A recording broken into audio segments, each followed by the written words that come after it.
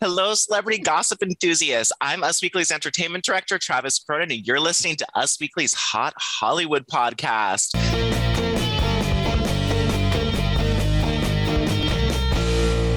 Today, I am so lucky to be joined by my host in all things celebrity gossip and mess. We have the Tiger Queen of Hair and Beauty, Gwen Flamberg. Wow. That was a lot. That was a lot, but she is the tigress. And the woman who has read way more celebrity memoirs than anyone in the world, maybe? Sarah Heron.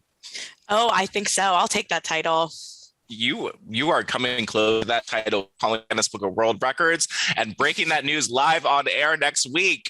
Well, we have a lot of celebrity news. Very late wild love trials. We had eligible bachelors on the prowl, crocodile attacks, jubilees, and much, much more. Before we get into all of this crocodile jubilee love triangles, that should be the title of this episode. Let's start with our woes of the week. These are the stories that just made our co-hosts just clutch their pearls and not even know what to do with themselves. Sarah, what made you go whoa this week? Well, the latest book that I have read and added to my collection, it happens to be right in front of me, Under Construction by Miss Chrishell Stause of Selling Sunset fame. I read this book over the weekend. It was a quick read. There wasn't endless amounts of tea. It was more of Chrishell kind of giving advice, like this is what happened to me, and this is why I take the high road sometimes, but I do this. But there was a few nuggets in there. My personal favorite was Chrishell revealing that her mother did not like her ex-husband, Justin Hartley, and on purpose called him Jacob. Throughout their entire 6-year relationship would just be like, oh, it's Jacob coming. And that I thought was funny. And after her mom tragically passed away, not long after her dad, a couple years ago of cancer, her mom, one of her sisters was like, oh, did Justin reach out to you? And she was like, no, and I don't expect him to. Like, mom didn't even like Jacob, and they like laughed it off. And she was like saying how that kind of provided like humor in that sad moment. So I thought Chrishell's mom being shady, not just for giving her the name Chrishell based on the gas station, was a great takeaway. But Chrishell's relationship with Jason, her Selling Sunset co-star, she touches on a little bit, but you mentioned before we recorded, her co-stars Mary and Romain did an interview with Us Weekly recently where they said that they believe Jason is still, quote, madly in love with Chrishell and not necessarily taking the breakup well. And we know that they broke up because she wants to have kids. So do we think it's possible that Jason will give in and maybe give Chrishell a baby, or is he going to stand by his bachelor for lifeness, even though his co-stars are out here saying he's still madly in love with her? He is feeling those fertile myrtle vibes. He is going to, as they say on Real Housewives of Potomac, shoot up the club and impregnate her when they're having sex without permission. I love the way the Housewives of Potomac say that. But he was in love with her the second she walked in to that real estate office. He is head over heels for her. And I love seeing a bachelor switch their position and be like, oh, maybe I do want this lovely family life instead. Except it's always bad when they switch it with someone else. Like if Jason Oppenheim gets someone else, another agent pregnant, like how devastated would Chrishell be? And then the other two quick little nuggets, she was on What Happens Live, which was great. And Andy was pretty, asking her some good questions, including whether her and Justin Hartley had a prenup. Chrishell would not answer, which I guess implies maybe they didn't. And she probably got a good amount of money because they got married in the height of the This Is Us era. And he also asked her if she still watches This Is Us or if she does. And she said, not anymore, with her little... so that was some good. Chrishell and Justin Hartley are one of those, that couple, that relationship, that like reality TV drama that it'll be a decade from now and I'll still want the new nuggets. You know what I mean? Like I'll be always involved in this one. After seeing Chrishell's hair, makeup, and clothes after the divorce, it looked like she didn't have a prenup. She had money to spend, and it looked amazing on her. I could have told Andy that just by looking at her. Gwen Flamberg, what made you go whoa this week? Something else that looked really rich, Travis, talking about rich looking hair and makeup. How about extremely rich looking jewelry? Adele Strongstress, who we adore, hit the red carpet at the Brit Awards this week, and she had a ginormous pear-shaped sparkler on her left ring finger, sparking rumors that she might be engaged to boyfriend Rich Paul. But no, she wasn't. It was just part of the styling that her stylist, Jamie Mizrahi, chose to go with her Armani Privé gown. It was a gorgeous Lorraine Schwartz. I mean, that diamond, I would like that as an engagement ring, in case if anybody's listening out there. That's exactly, there are not many pear-shaped diamond rings that I think are hot, but, put that on Adele with her incredible nails and that paradise tattoo. And gosh, that's some dreams right there. Yeah, I was sort of hoping she was engaged because she had all the turmoil with the Las Vegas show. There were all these rumors circling that she didn't like the swimming pool that they had on stage, that her and Rich were fighting, that he was being by their side. So, an engagement ring really pushed in the right direction to let us know what's happening. Well, maybe next time. Well, my woe of the week is going out to Nelly. Nelly, yes, it is hot in here, and apparently hot on his Instagram story without permission, because he shared a sex tape of him and another woman on his Instagram story last night, and then immediately took it down, has not apologized yet. But I don't No, he understand. did apologize. Oh, he apologized? He apologized. He was like, that was private. My bad. Basically, in more words, that's basically what he said. All right, so Nelly posted this sex tape. Luckily, he has apologized. But shout out to this woman who hopefully will get a lot of money in a settlement for her pain and struggle, because nobody needs their sex tapes. I just don't understand how people can do it wrong. Instagram asks you like 3 times, would you like to filter it? Are you okay? Is this a sex tape ? Before you post. I know. So I'm not sure. Did you see the video of when he realized? He was in an interview with Barstool podcast, and they went back in the moment, and his face just like, he goes, oh God. But he continues the interview and tries to, it's like on his phone on the side, like the moment he realized that his sex tape was on Instagram. It was pretty hilarious, honestly. It was pretty hilarious. The best single Nelly has dropped is that shock face in many, many years. Thank you, Nelly. Well, let us get into the news.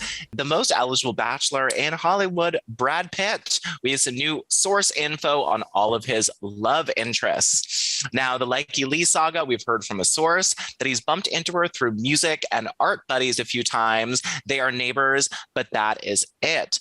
They are friendly neighbors who have been hanging out, and he is not bothered by it. She is not bothered by it, but he does have a new flirtation with an iconic girl that I'm very excited about, Mary-Kate Olsen. We heard from a source that they have hung out a couple times. They are both single, and a source tells us that Mary-Kate has had a huge crush on Brad, and a lot of people think they'd make a really good couple. She's generally more drawn to older guys, which we have seen. She loves keeping things low-key and simple, just like Brad does, and they both have a big shared passion for arts and culture. There's a flirty vibe when they're together, and a lot of crossover with their social circles. He's met her a bunch of times at parties and thinks she's very cool and cute. Now, while they're not together yet, a lot of friends think that they might try their hand at dating. And I don't know why I'm very into this coupling of Brad Pitt and Mary-Kate Olsen, but she is into older guys. Brad Pitt barely qualifies as one because he looks so damn good. But they do have a lot of the same interests. Gwen Flamberg, are you okay giving Brad Pitt to Mary-Kate Olsen?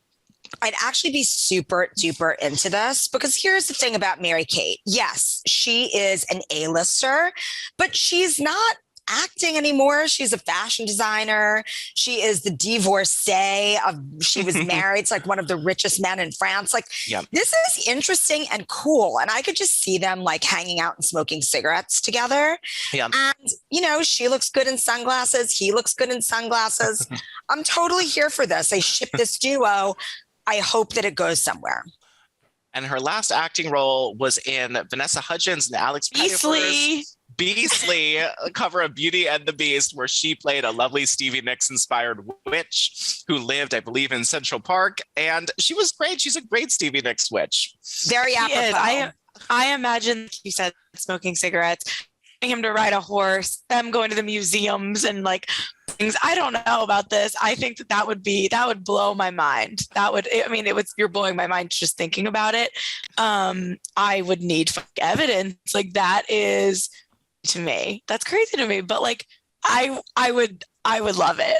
There was Hot twist rumors way. maybe 7 or 8 years ago. There were rumors about Mary-Kate and Brad Pitt getting really close at parties because they do share a lot of the same very artsy-fartsy friends in New York, and they've been at the same parties. But she was never single at the time that these were coming out. But I do believe that there is something there for MK, not A, and Brad Pitt. And when they do Beastly 2 with Vanessa Hudgens, I hope they call her. And now just when I think of her that photo from last year where she's walking in the forest with a machete and a beer. And it's just so great. Really proud to share my birth date and year with that legend. Oh, you're lucky. I just love Olsen twin content will never not be everything to me. They're my OGs. Every detail that I can get, I will eat up. And you guys already know the drama of the week. If you've been paying attention, it is Kim Kardashian and Kanye West feud.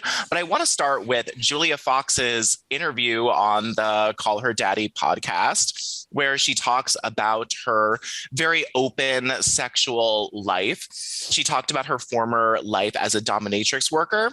She said, quote, "Though doing this just for money, I ended up learning about my own sexuality, which I'd never really had a chance to explore because my sexuality was always being used against me. My sexuality was something to be guarded, protected, and not something to be explored." She says she found out that, quote, "everyone is a freak and we know it. And so it's like, I won't judge you and you judge me."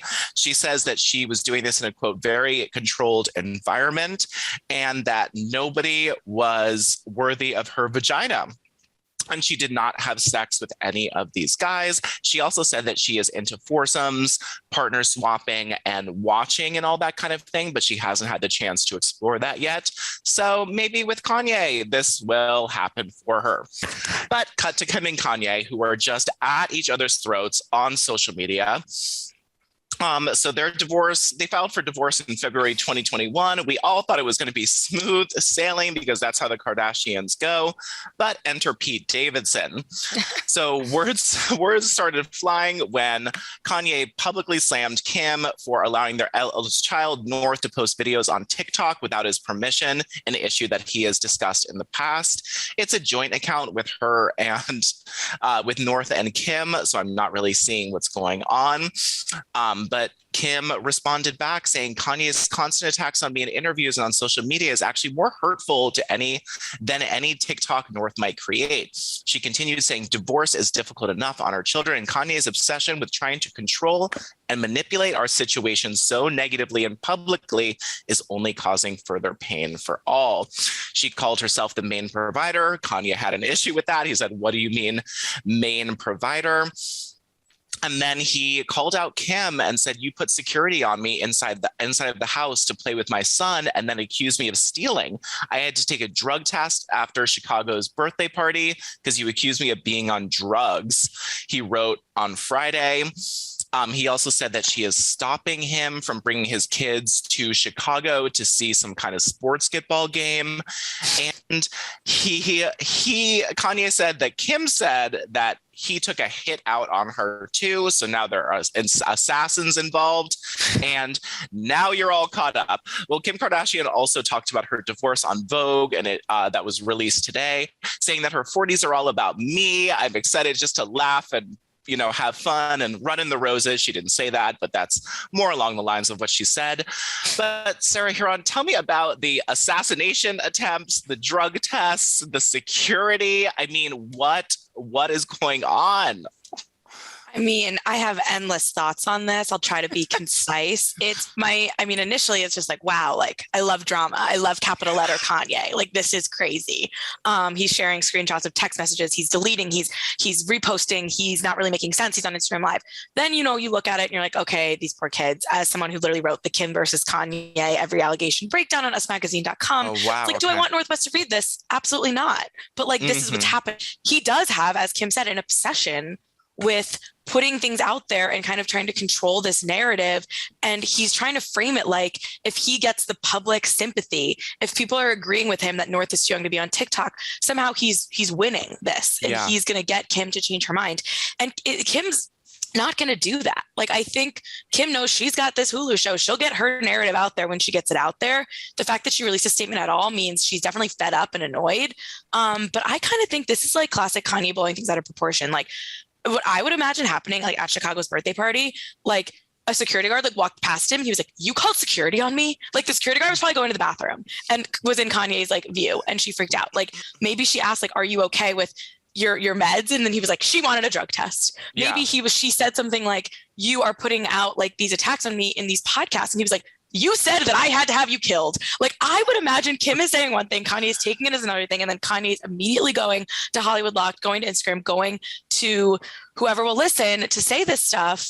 And I think it's crazy. And I feel bad for the kids, and I feel bad for Kim. And I think that Kanye should get off Instagram, but I also would never want him to, because I'm a bad person and I want to keep hearing what's happening, if that makes any sense. Gwen Flamberg, are you also a bad person who loves drama, no matter who hurts? I mean, the jury's out on all of that, Trav. There are lots of thoughts. But how about Kim Kardashian on the cover of March Vogue with the cover line saying, "I had to choose myself," or "I chose myself," or don't quote me exactly, but that is I choose me. Kelly Taylor. It was totally Kelly Taylor. I thought exactly the same thing.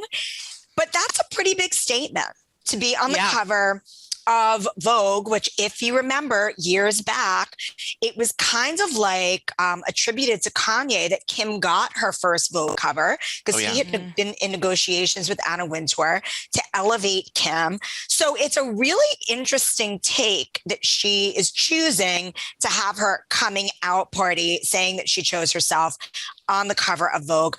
I mean, I just feel like this is messy for those kids. And there are 4 of them, you guys. Yeah. Go ahead, Sarah. Oh, I was just going to say the pictures of the kids in Vogue are also epic. And when I saw those, I was like, Kanye's going to freak out. But instead, he posted them and wrote in capital letters, "God, please bring our family back together." So when he zigs, I always think he's going to zag. It's like, I thought he'd be like, "Get my kids out of the magazines." And now he's like, this beautiful photo. Like, and then he was spotted like going on a commercial flight at LAX. I think we all have to remember, and all the collective all in the universe, Kanye is not well. He is mentally ill. And I feel like scrutinizing his zigs and his zags is a little bit irresponsible for all of us. I don't know. Yeah, it is really tough because he's been open about his battle with bipolar disorder, and we don't want a mentally ill person without help. We want them to get better, but we also don't want the Kardashian family to suffer because of this. And I don't know what it's going to take. I'm sure we'll see a lot on the Hulu series. There was rumors of an intervention that the family had with Kanye. So that is going to be a huge point. And I think we're going to see a lot of angry Instagram lives from them. Yeah, because like, what if whatever they say on the Hulu show, like, even it'll be months later, like I feel like Kanye will react to that. Yeah. Too. Yeah. Like, I think he always it's gonna be like a back and forth. Yeah. But then you have him out with Julia Fox now with this Kim K lookalike. And it's like, if I'm those girls, I'm like, you still want to get back with, like, it's just, there's so much. It's wild. Sarah, thank you for bringing that up, because dating Julia Fox and trying to turn her into Kim Kardashian and make her this fashion maven. And then he was spotted at Nice Guy last weekend at a party that Drake and Kendall and Travis Scott were at, with a girl in Kim Kardashian costume, pretty much wearing a black spandex bodysuit, same glasses, same hair. It was like cosplay costume. It's clear that he's hurting and wants Kim back and is doing this all to try to get her attention. And if he can't get the positive attention, it looks like he's gonna, take that negative attention. And then you have Pete Davidson out here calling Kim his girlfriend. Yes, again. Thank you for bringing that up. I was honestly shocked and watched this clip a few times. So Pete Davidson was chatting with Kay Adams, the host of People, the TV show, about his partnership with Hellman's Mayo for an upcoming Super Bowl commercial. Sounds about right. I saw the commercial. It didn't do it for me. Just throwing that out there. Really? I hope they, used his skin color and he looks like mayonnaise a little bit, that he sort of looks like mayo. Oh, okay. The joke was that he's like, has a punchable face. Oh, well, thank you, Kanye, for that Super Bowl spot. I'm sure he made a lot of money off of that. Nothing on the Mila Demi Moore one. That was by far the takeaway, I think, from the Super Bowl commercials. But I digress. Anyway, the TV show. Well, he was on People, the TV show, and he says, well, I don't really have Instagram. I don't have Instagram or Twitter or any of that stuff. So most of my daily life is getting into cars and showing up on set. Or if I'm off, I either just hang out with my friends or chill with my girlfriend inside. So I don't do much, he said. He was referring to Kim Kardashian as his girlfriend after the host of the show pointed out that he had a Kim Kardashian as the Virgin Mary candle on his desk. I have that too. So Sarah has just confirmed that she is also dating Kim Kardashian because this is the gift that Kim sends all of her potential love interests. Yep, I got Kim, Kylie, and Kris Jenner on prayer candles that I light when we are in a state of emergency. Oh, that's very kind of you. Whenever we're in a state of emergency, Kris Jenner, I'm like, can you come fix this? I know you know what to do. It's a photo of Kim Kardashian from the Met Gala a couple years ago. Oddly, one that she attended with Kanye as the Virgin Mary on this prayer candle. I'm glad that he's calling her his girlfriend. They have been together since October. So it's been a great many months. Glad they're using that official title. But I don't know why this sort of shocked me. I think because I thought they were like a rebound, not real relationship. And then he's his girlfriend, Gwen Flamberg. What do you think's going on here? I don't know. I mean, I think that they're together for now. And I kind of like that. It's, didn't have it on my bingo card for 2022. I did not. Sarah Huron, what do you think about the Kim Kardashian prayer candle that you belong to the church as well? So it must be nice to see a brother of the cloth. Oh, yeah, for sure. This is still right on schedule. I think I gave them till February, March. Right. For the classic Pete 4 to 5 month relationship zone. So nothing is surprising me yet. I've given them till July. Wow. If they make it to the summer, I will be very surprised. That's my new take on where we're at here. But she looks pretty good in a bikini when she's with him. So it could go through the summer, guys. It could. That is not something that Kim Kardashian does not think about. So good insight. Mm-hmm. Gwen Flamberg, would you please tell us about the happiest event in all of the UK in the last 70 years, the Queen's Jubilee? Oh my gosh, you guys, the Platinum Jubilee. I wish that I would have been at the Sandringham Estate in Scotland, which is where Queen Elizabeth II went to go celebrate her Platinum Jubilee, marking 70 years as she is the longest reigning monarch in the history of the world. In the history of the world, and certainly in Great Britain. But she was all smiles, and there were several different events leading up to this. I loved at the gala the night before the Platinum Jubilee when she wore this gorgeous baby blue Wedgwood color dress designed by her royal dresser, Angela Kelly, and she accessorized it with these 2 brooches that were part of the tiara that was given to her as a gift for her wedding to Prince Philip. So that was a sweet nod to Prince Philip. She also wore a triple strand of pearls, which was a gift given to her by her father, King George IV. Sure. So yeah, I mean, really, really sweet kinds of nods to everybody who had deep, deep meaning during her reign as queen. I love the Queen in baby blue and pearls. She has that combo a lot in terms of evening gown. I think she looks just so beautiful and regal. And it was nice to see her all smiles, even with everything going on in her family.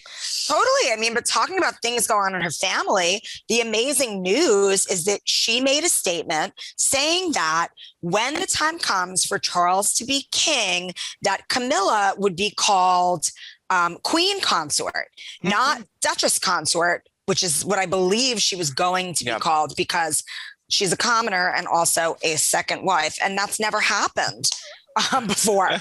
But Camilla will be called Queen Consort, which was very giving of Queen Elizabeth. And I think says a lot about how the Queen and the royal family and maybe the firm overall is trying to mend rifts within the family. Yeah, I guess they're not trying to seem like big bullies and strong-arm Charles and Camilla out of the throne anymore, even though that I'd like to see the polling numbers on it, that I don't think anyone needs that Charles-Camilla combo on the throne, but it's nice of her. Can't we just jump right to William and Kate? That's what the world wants. That is what the world wants. I know forgiveness is like really important and apparently healing, but I'm more like, let's not give her the title. I think she'd be fine without it. Yeah, I don't know. I think she'd be okay without it. And how long is this little reign going to last anyway? Like, let's be honest. Well, I think we got the queen for a while longer, and then we're going to just try to get Will and Kate in there, like you said. I hope so. Hopefully, they just give it up after just a nice week so they can just say they had the title, but we will have to see. Well, who likes Leslie Jones? I do. I like Leslie Jones. Love her commentary. In fact, it's the most wonderful time of the year. I agree. Leslie's commentary is better than the actual Olympics. And there was a little bit of drama this week where we thought that NBC didn't like it when they should have been hired her and put her on a real seat. Now, Leslie Jones loves cheering from the sidelines, and Leslie Jones claims she was blocked from commenting on the Olympics on social media. But NBC has released a statement explaining their little gaffe. NBC said this was a result of a third-party error. The situation has been resolved. She is free to do her social media posts, thanks NBC, as she has done in the past. She is a super fan of the Olympics, and we are super fans of her. Well said. Now, Leslie said in her tweet where she thought she was blocked, which I don't really understand. She said, "I'm starting to feel like this should be my last Olympics." I live tweet. "I know another celebrity bitching," she said, "but I'm tired of fighting the folks who don't want me to do it. They block my videos and they get folks who think they can do it like me. And I'm tired of fighting them. I love the athletes and they love me doing it. And I know y'all love it, but it's just gotten too hard and no one is fighting for or with me. So I'll leave it to the professional, but thank you for your love." She captioned this written statement saying, "Leslie Jones does not stay anywhere I'm not welcome," with the hashtag "up to y'all now." So I was a little confused about this. I don't understand what the third party blocking was by NBC. What even is this? Why did she think her tweets were being censored? Does this make any sense to anyone? I feel like this is a tech IT issue. I don't understand what happened, but at the start of this hubbub, when it seemed like NBC was asking her not to do her like zany commentary, I thought that was really strange because viewership for the Olympics is so way down. And quite honestly, Leslie Jones's social media brings such hilarious and positive attention to the game. So I really didn't understand what was going on. I still don't understand what was going on, but I am really happy that NBC very vocally is standing by Leslie and her commentary. Yeah, me too. Sarah Heron, can you put in any insight in this or tell me how much you're bored by the Olympics as well? I actually watched my first Olympic event yesterday. Of all time? No. Yes, Travis, of all time. No, of this go around. I watched some curling and I watched some men's figure skating. I love curling. Yeah, curling is cool. Yeah, it was perfect. I like to dabble. Like I'll turn it on or whatever, and then I'll get like very invested in that one event, and then I'll like forget about it for 2 days. So that's just the Olympics, on my opinion overall. But with this Leslie Jones thing, it confuses me. I kind of feel like it's a misunderstanding, like you guys were saying. I think maybe she doesn't get like copyright issues. Like you can't like rip someone's audio or like take, people's photos the same way we get in trouble for posting people's photos if we don't have permission from the photographer. I don't think NBC was trying to shut her down because, like you said, I think that was only a positive experience for them. They like sent her to the Olympics a few years ago. So this kind of makes me feel like she's kind of like crying wolf for no reason. I don't really get it. Like, I think I think she should take it up with Mark Zuckerberg or, whoever runs Twitter these days. Yeah, because of I think it's more that than NBC. Copyright infringement on okay, that makes a lot more sense. That makes sense. Thank you, Sarah Heron. Thank you, Sarah Heron. We called IT and Sarah answered. Shockingly. As someone who has failed the like phishing seminar of "this is fraud, don't click this" in real time and had our own IT come calling me in a panic, I think this is what happened here. Thanks to my hosts, Sarah and Gwen, for helping me spill all this piping hot celebrity this week. Again, this is Travis Cronin, Us Weekly's Hot Hollywood podcast with your weekly peek into the glamour, glitter, fashion, fame of your favorite celebrities. Because after all, guys, do you know what they are? They're just like us. Feel free to save that, make it your ringtone. Thank you, everyone. We will be back next week.